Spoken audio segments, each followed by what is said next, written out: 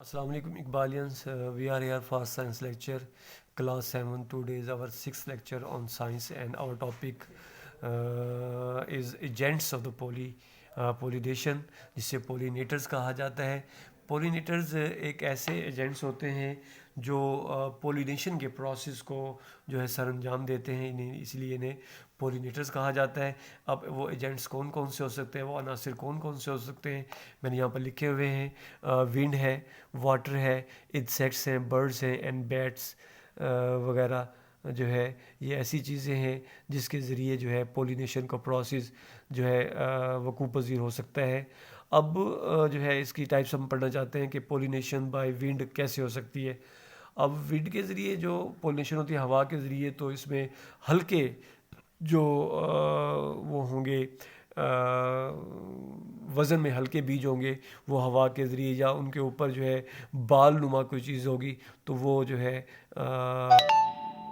क्या होगा कि जो है वो एक जगह से दूसरी जगह हवा के ज़रिए जा पाएंगे. और अगर उन्हें सूटेबल इन्वायरमेंट मिलता है तो फिर जो है वहाँ पर वो उग सकते हैं. लॉन्ग स्टेमन्स हो सकते हैं इनके, या कार्पल्स हो सकते हैं. और इनकी ये खसूसियात है जो विंड के ज़रिए होते हैं. और इनकी एग्जांपल जो है मोस्टली ग्रासेस में ऐसा अमल वकूफ़ पज़ीर हो जाता है. पोलिनेशन बाय अमल्स बाय एनिमल्स है.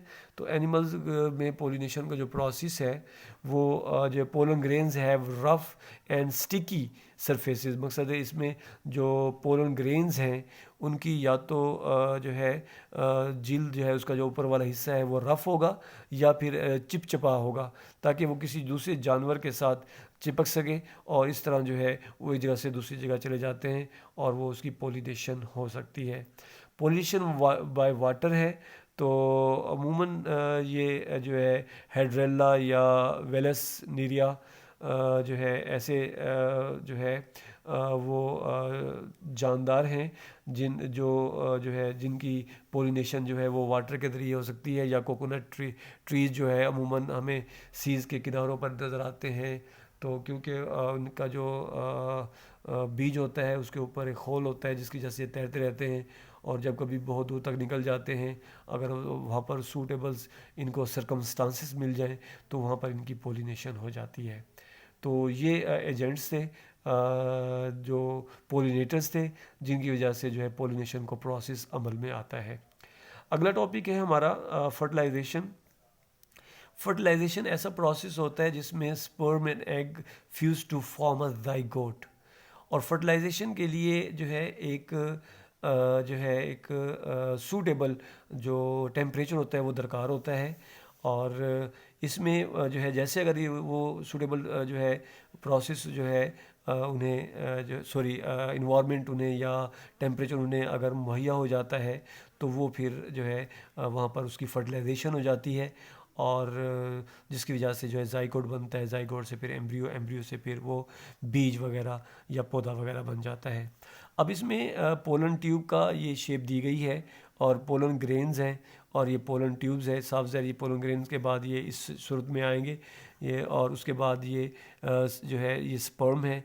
जब ये स्टैग्मा पर पहुंच जाएंगे, स्टैग्मा पर पहुंचेंगे तो यहाँ गिरेंगे तो उसके अंदर स्पर्म आना जो है ट्यूब न्यूक्लियस है और ये पोलन ट्यूब कहा जाता है इस पूरे हिस्से को. तो इस हिस्से में से जो है वो निकलना जो है क्या होते हैं नीचे आना शुरू हो जाते हैं. यहाँ पर इट मीन्स कि यहाँ पर इसकी जर्मिनेशन शुरू हो जाती है. अब अमूमन ये क्योंकि साफ ज़ाहिर जो female part of the flower है वो कार्पल है. कार्पल को हमने 3 हिस्सों में तकसीम किया था जो है स्टेग्मा, स्टाइल एंड ओवरी. अब पोलन ग्रेन्स यहाँ पर गिरेंगे और यहाँ पर क्योंकि ये यहाँ पर चिपचिपा मादा होता है इससे चिपक जाते हैं और फिर इसकी जर्मिनेट होना शुरू हो जाते हैं. तो एक जो है ट्यूब फूटती है, एक नाली फूटती है जिससे हम पोलन ट्यूब का नाम देते हैं और ये यहाँ तक आ जाती है. अब यहाँ पर आके जब जो हमारे पास पोलन ग्रेन है वो फटता है जो है तो उसमें से 2 स्पर्म निकलते हैं. एक तो फ्यूज़ कर जाता है अव्यूल के साथ और एक जो है ओवरी के साथ जो है फ्यूज़ कर जाता है, मिल जाता है, मिलाप कर लेता है. तो ओवरी पककर फल बनती है और जबकि अव्यूल पककर बीज बन जाता है. अब चेंजिंग आफ्टर फर्टिलाइजेशन क्या क्या चेंजिंग होंगी वो मैंने यहाँ लिखा हुआ है. Sepals, petals and stamens dry up and fall of. जैसे ही जो है फर्टिलाइजेशन का अमल हो जाएगा, तो ये प्रोसेस सारा हो जाएगा, तो इसके सेपल जो है बैरूनी सब्ज़ पत्तियाँ, उसके अंदर गहर कलरफुल जो पत्तियाँ होती हैं, एंड स्टेमन जो male part of the flower कहलाता है, ये खुश्क हो जाते हैं, और जब खुश्क हो जाएंगे तो साथ उसके बाद गिर जाएंगे। Fertilised egg develop into the embryo में आ जाएगा, और अव्यूल बिकम सीड्स बन जाएगा, ओवरी बिकम्स फ्रूट बन जाएगी। तो formation of seeds and fruits अगला टॉपिक है हमारा। सीड्स कैसे बनते हैं? After fertilisation ovule become seed. Ovule जो है वो सीड की शक्ल अख्तियार कर लेता है। तो इसको मैं अब समझाना चाहता हूँ। देखें, बीज में जो है दो किस्म के पार्ट्स ऑफ सीड्स पहले हम बता देते हैं। तो पार्ट्स ऑफ सीड्स जो है एम्ब्रियो है, और जो है एम्ब्रियो के बाद जो है रेडिकल है, और पोलोम्यूल है, और कॉटिलीडन है। ये पार्ट्स ऑफ सीड्स हैं। लेकिन उससे पहले जो है सीड्स की जो है 2 टाइप्स होती हैं on the basis of cotyledons. बाज़ औक़ात एक दाला होता है, बाज़ का 2 दाले होते हैं। अगर एक दाला है तो उसको मोनोकाट कहा जाएगा, अगर 2 दाले हैं उसमें तो उसको डाइकॉट कहा जाएगा।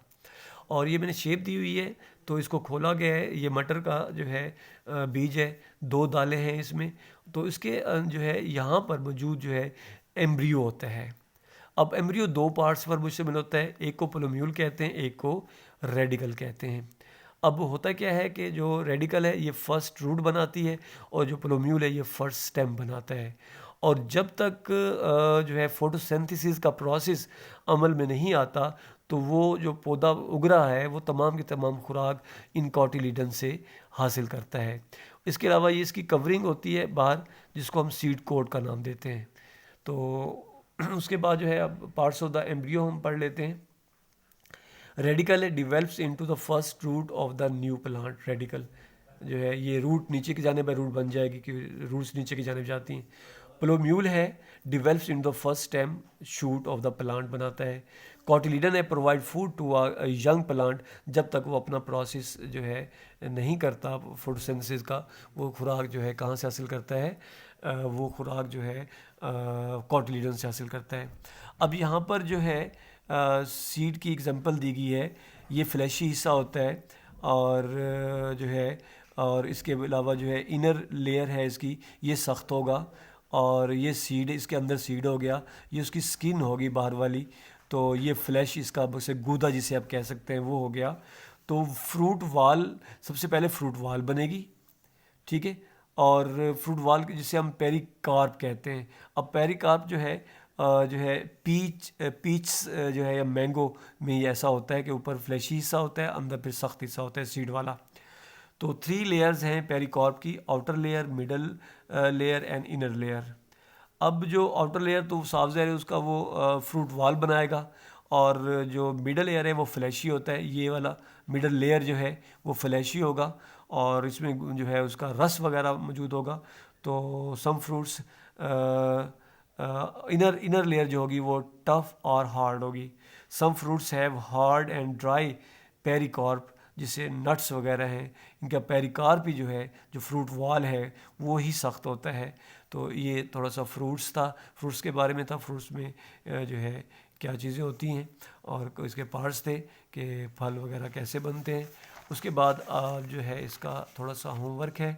जो है होमवर्क में जो है क्या है कि व्हाट आर पोलिनेटर्स, पोलिनेटर्स क्या है, व्हाट इज़ फर्टिलाइजेशन, इसकी डेफिनेशन लिखनी है, और व्हाट इज़ एम्ब्रियो, इसकी डेफिनेशन लिखनी है, व्हाट इज़ पेरिकार्प, इसकी डेफिनेशन लिखनी है, व्हाट आर कॉटिलीडन्स, इसकी डेफिनेशन लिखनी है कि कॉटिलीडन्स क्या होते हैं। ये आपका लेक्चर था, 6ठा लेक्चर था ऑन साइंस क्लास 7th। उम्मीद करता हूँ आपको समझ आया होगा, और बाकायदगी से होमवर्क किया करें, याद भी किया करें, ताकि जो है आप जो है आपका जो वक्त है वो ज़ाया ना हो, और किताबों से मुंसलिक रहा करें, घर पे पढ़ा करें, और अल्लाह ताला आपका हामी नासिर रहे। अल्लाह हाफ़िज़।